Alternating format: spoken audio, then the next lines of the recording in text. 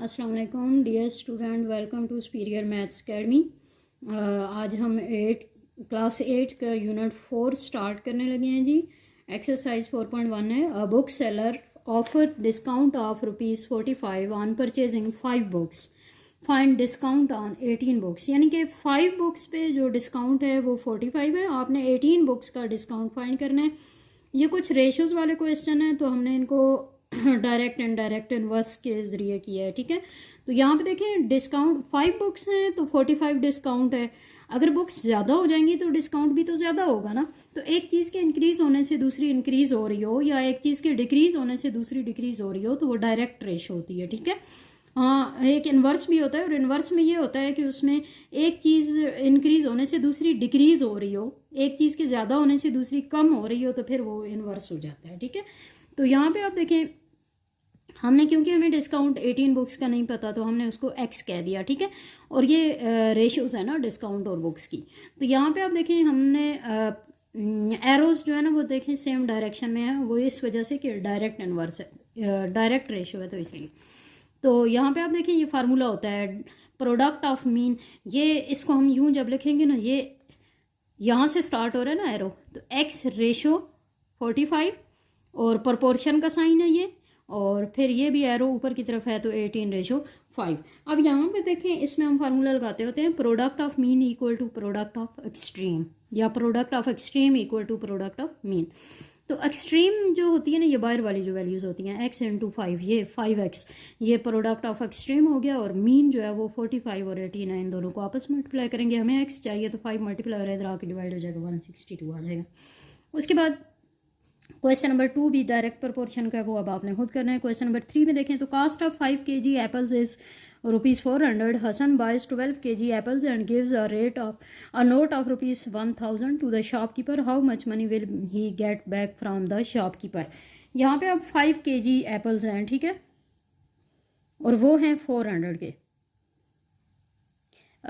हसन ख़रीदता है 12 तो और देता है वो 1000 का नोट शॉपकीपर को। तो शॉपकीपर उसको कितने वापस करेगा, मतलब हमें कास्ट जब पता चलेगी तो हमें पता चल जाएगा ना कितने वो वापस करेगा। तो ये देखें यहाँ पे भी 5 kg एप्पल थे, 400 कास्ट थी। 12 kg एप्पल हमें कास्ट नहीं पता, एक्स लिख देंगे। तो यहाँ पे भी क्योंकि 5 kg के अगर 400 रुपीज़ के हैं तो 12 kg ज़्यादा के ही होंगे ना, तो एक चीज़ के इंक्रीज़ होने से दूसरी इंक्रीज़ हो रही है। तो ये भी डायरेक्ट प्रोपोर्शन का क्वेश्चन है। तो यहाँ पे आप देखें इसको इधर लिखें या इसको पहले लिखें, उससे कोई फ़र्क नहीं लगता जहाँ पे जब लिखते हैं ना। तो यहाँ पे देखें एक्स रेशो 400 हमने पहले लिख दिया और प्रोपोर्शन 12:5 लिख दिया, ठीक है। और यहाँ पे भी अगेन वही एक्सट्रीम ये बाहर वाली होती हैं और मीन सेंटर वाली होती हैं। तो product of extreme equal to product of mean, तो एक्सट्रीम में x इंटू 5 आ गया और मीन में 400 इंटू 12। तो ये कैलकुलेशन की तो यहाँ हमारे पास 960 रुपीज़, यानी 960 रुपीज़ के ये आए हैं।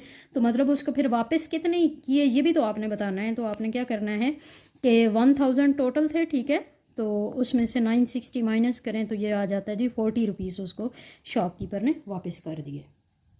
उसके बाद क्वेश्चन नंबर 4 है if 12 man can do a job in 20 days. 12 man जो है वो 20 डेज़ में एक काम करते हैं। How long will 10 man take to complete the same job. अगर मैन कम कर दिए जाएँ तो फिर वो कितने डेज़ में कंप्लीट करेंगे। तो ये देखें यहाँ पे ये अब इन्वर्स का इस तरह का क्वेश्चन आता है। कैसे, 12 मैन थे तो 20 डेज़ में उन्होंने वही काम किया। अगर मैन कम कर दिए जाएँ 10 मैन, तो ज़्यादा आदमी थे तो उन्होंने जल्दी काम कर लिया ना 20 डेज़ में। अगर आदमी कम कर दिए जाएंगे तो वो ज़्यादा दिन लगाएंगे।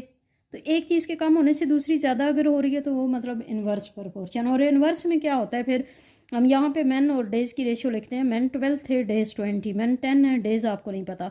यहाँ पे आपने क्या करना है, इन्वर्स में ये होता है कि एक्स को तो हमेशा ये वाली जो एक्स जिसमें इन्वॉल्व होता है ना उसमें एक्स की साइड से रेशियो नहीं, जो एरो होता है वो अपवर्ड जाता है, ठीक है। तो यहाँ पे आप क्योंकि ये इन्वर्स है तो इन्वर्स में ये होता है कि एरो अपोजिट डायरेक्शन में होते हैं। ये अगर एरो ऊपर जा रहा है तो इसका मतलब है ये डाउनवर्ड होगा।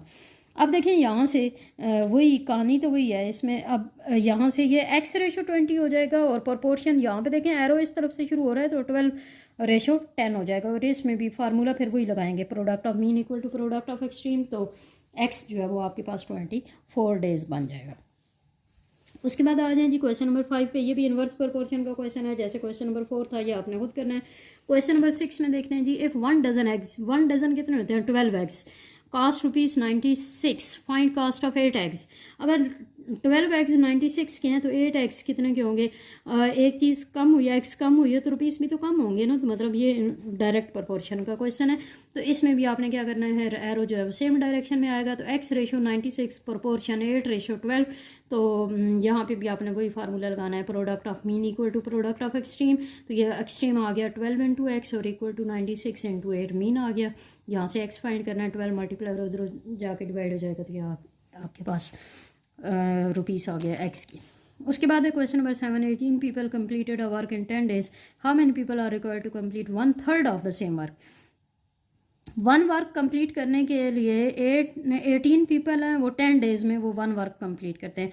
अगर उसी वन वर्क का 1/3 लिया जाए तो वो कितने लोग उसको कंप्लीट करेंगे इतनी डेज में, यानी 10 days में, ठीक है।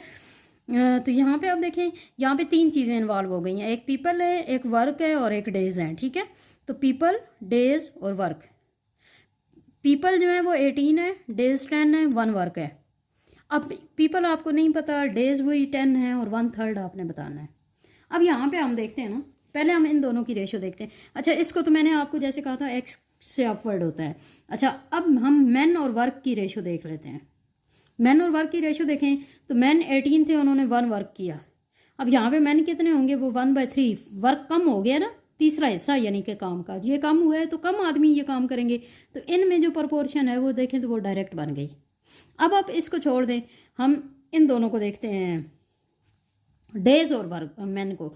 डेज और मैन को 18 मैन थे, उन्होंने 10 days में किया, तो 10 days में ही कितने मैन करेंगे ये। अब यहाँ पे जो है वो इनवर्स का हो गया, क्योंकि 10 days में अब कम 1/3 जब वर्क है तो वो कम आदमी चाहिए, तो ये ज़्यादा दिन है और ये कम, तो इसका मतलब है कि ये कम से ज़्यादा, तो यहाँ पे अब इनवर्स प्रोपोर्शन हो गया, तो इसलिए अपोजिट डायरेक्शन में ये वाला एरो आ गया, ठीक है।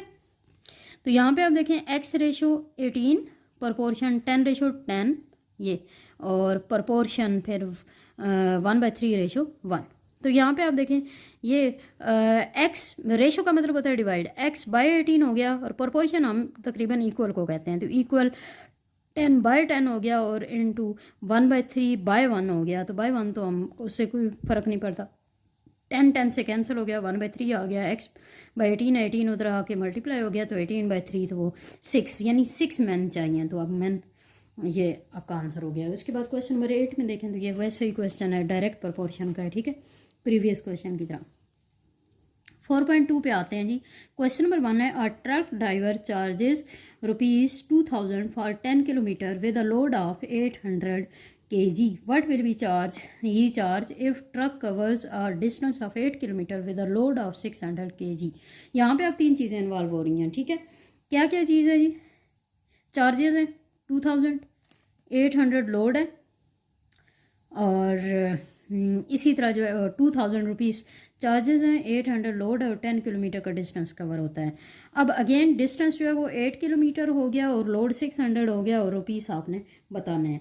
हम पहले रुपीस का और किलोमीटर का हम लेते हैं ना, कि इसमें क्या प्रोपोर्शन होगी। 10 किलोमीटर है डिस्टेंस तो 2000 रुपीज़ लगते हैं। 8 किलोमीटर डिस्टेंस हुआ तो कम रुपीज़ के लगेंगे ना, तो डिस्टेंस कम हुआ तो रुपीज़ कम हो गया, मतलब एक चीज़ के कम होने से दूसरी कम हो रही है, तो ये डायरेक्ट हो गया। अब अगेन देखें, अब हम केजी और रुपीज़ का करते हैं। 800 kg लोड हो तो 2000 रुपीज़ लगते हैं, 600 लोड हो तो फिर कम रुपीज़ लगेंगे, कम लोड है ना तो कम रुपीज़ लगेंगे, ये डायरेक्ट हो गया। दोनों डायरेक्ट हैं तो इसका मतलब है कि एरो सेम डायरेक्शन में आ गए।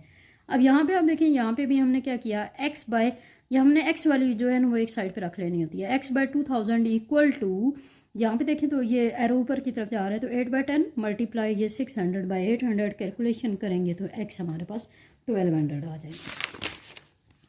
फिर देखिए जी क्वेश्चन नंबर 2, दोनों जो है वो उसमें भी डायरेक्ट प्रोपोर्शन होंगे क्वेश्चन 1 की तरह, तो वो आपने खुद करना है। क्वेश्चन नंबर 3 पे आ जाए। 12 man can do a work in 8 days. 12 man 1 work करते हैं 8 days में। How many can do 3 time of that work in 6 days. तो कितने करेंगे 6 days में 3 टाइम अगर वर्क का कर दिया जाए तो कितने लोग करेंगे। हम लेट करते हैं कि वर्क 1 है ना, और डेज कितने हैं 8 days, और आदमी कितने काम करते हैं 12 मैन 8 days में 1 वर्क करते हैं। और अब आपने बताना है कि 3 टाइम ऑफ वर्क, मतलब कि अगर 1 1 है तो 3 का वो 3 आ जाएगा ना, और डेज जो हैं वो अब आपके पास हो गए हैं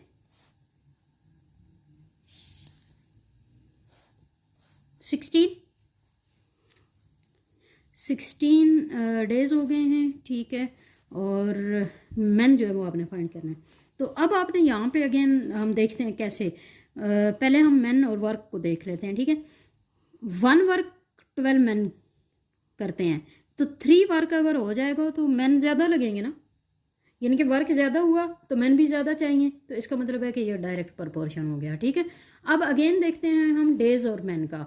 8 डेज में 12 मैन काम करते हैं, ठीक है। तो 16 डेज हो गए, डेज डबल हो गए तो मैन कम होंगे, तो वही काम कर लेंगे ना। तो अब हम कहते हैं कि जो मैन और डेज में जो रेशो है वो इन्वर्स हो गई, तो इन्वर्स की वजह से मैन वाली अपवर्ड जा रही है तो ये डाउनवर्ड डायरेक्शन में आएगा इन्वर्स की वजह से, ठीक है। और ये वही डायरेक्शन रहेगी, क्यों? क्योंकि वो डायरेक्ट था। यहाँ से फिर हम एक्स वाली एक साइड पे कर लेते हैं, x/12 इक्वल टू, यहाँ पे देखें 3/1, ठीक है, और n2 ये 8/16 आया। तो यहाँ पे 8 और 16 को कैंसिल करें, 2 और फिर 12 इधर आ गया तो उसको कैंसिल करें, 6 आ गया, 6 × 3 18 मैन चाहिए आपको। उसके बाद क्वेश्चन नंबर 4 पे आ जाए। 100 hands eat 1/4 quantity of feed in 21 days, यानी एक क्वान्टिटी है उसका 1/4 पार्ट जो है वो खाती हैं 21 डेज में 100 hands. In how many days 84 hands will eat remaining food, जो बाकी बच गया वो 84 हैंड्स कितने दिनों में खाएंगी। तो क्वांटिटी ऑफ फीड जो है वो 1 है, टोटल 1 है, और हैन जो खाती हैं वो 1/4 है। तो जो रिमेनिंग क्वांटिटी जो बाद में खाएंगी तो वो 1 में से 1/4 माइनस कर दें, तो अगर कैलकुलेशन करें ना इसका तो ये 3/4 आ जाएगा एलसीएम लेके।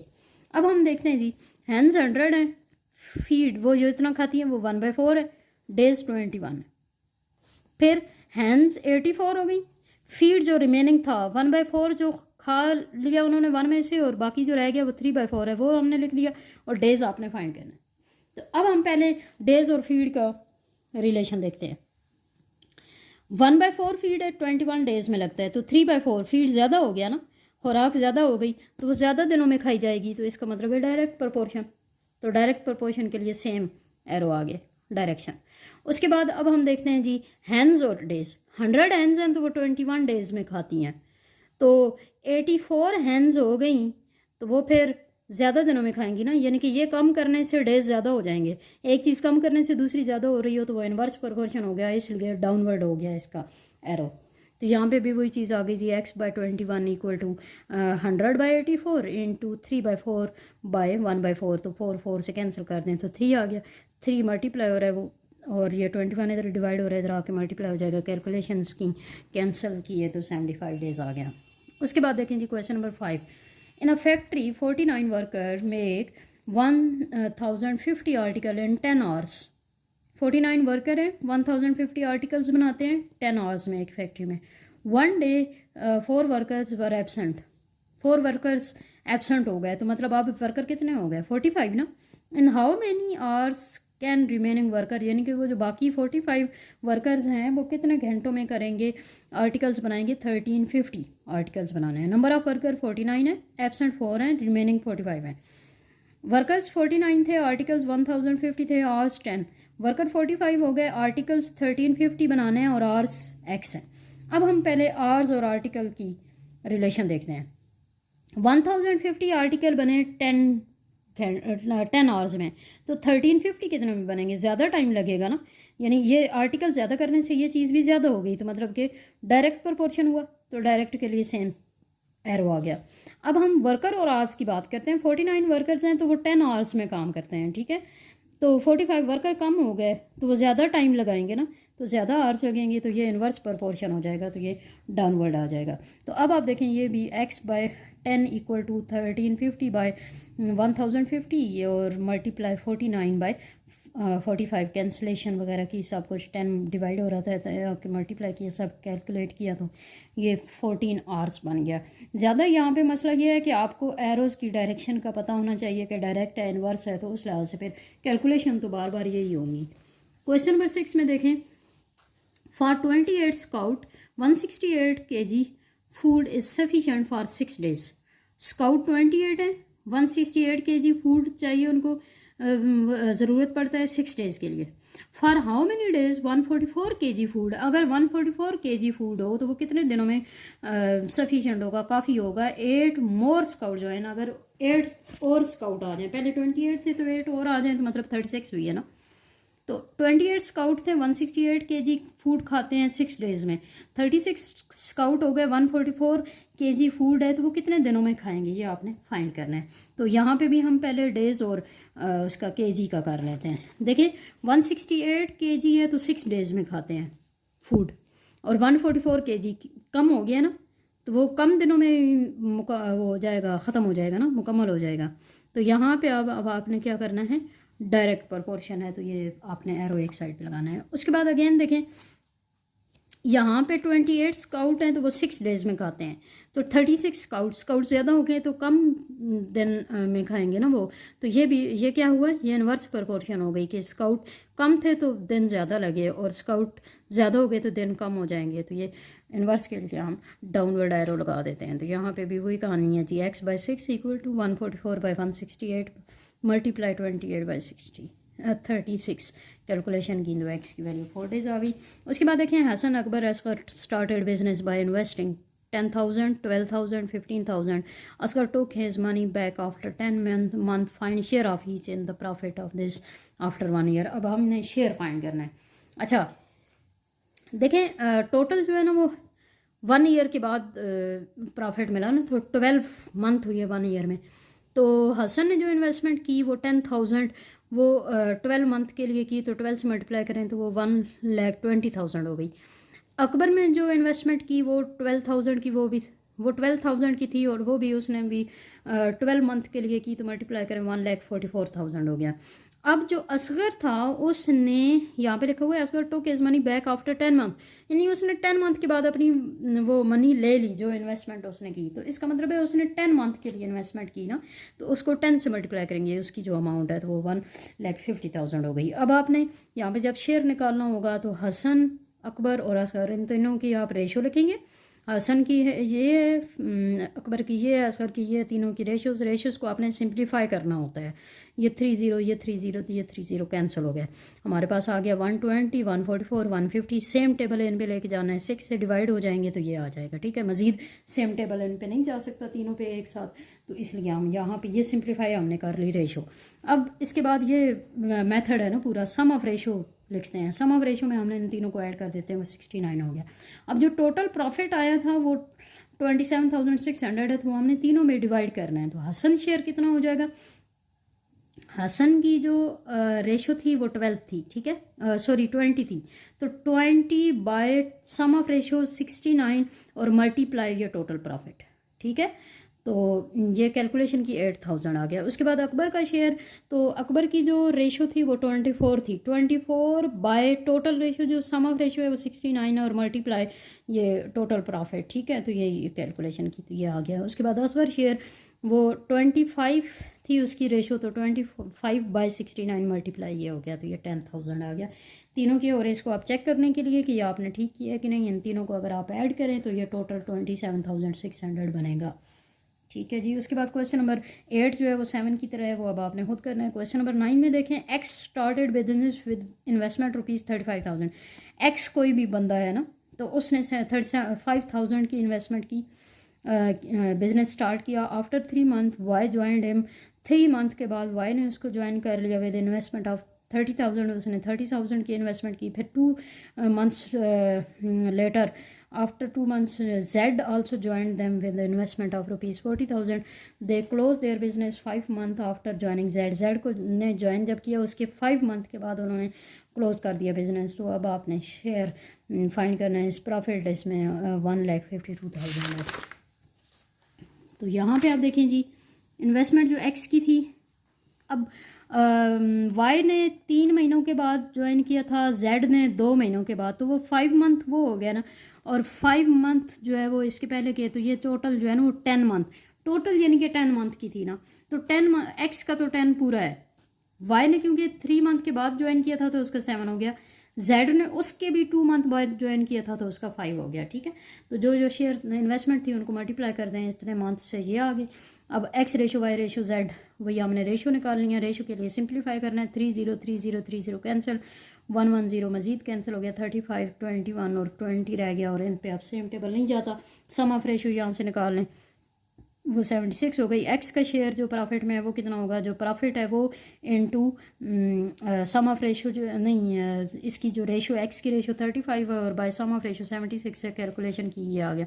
वाई का शेयर जो प्रॉफिट में है वो कितना है जी, उसकी जो रेशो है वो 21 है, 21 इंटू प्रॉफिट बाय टोटल जो सम ऑफ रेशो है। इसी तरह जेड के भी हमने ये इसी तरह फाइंड करनी है, ठीक है। इन तीनों को ऐड करें तो आपके पास टोटल प्रॉफिट आना चाहिए। उसके बाद है divide a property worth rupees 3 lakh among 2 sons 1 daughter a widow after paying funeral expenditure of rupees 10,000। यहाँ पे अपने प्रॉपर्टी का शेयर बनाना है, ठीक है। टोटल प्रॉपर्टी 3 लाख है। एक्सपेंडिचर जो फनरियल एक्सपेंडिचर होते हैं ना उसको हम पहले माइनस कर देते हैं, क्योंकि बाकी जो प्रॉपर्टी है वो फिर डिवाइड होगी बाकी लोगों में जो उसके इनहेरिटेंस में है। रिमेनिंग बैलेंस क्या हो जाएगा, 3 लाख माइनस 10,000, 2 लाख 90,000। अब विडो का शेयर हम निकालते हैं। विडो का शेयर होता है 1/8, तो 1/8 इंटू 2,90,000 वो करेंगे कैलकुलेशन की, ये 36,250 आ गया।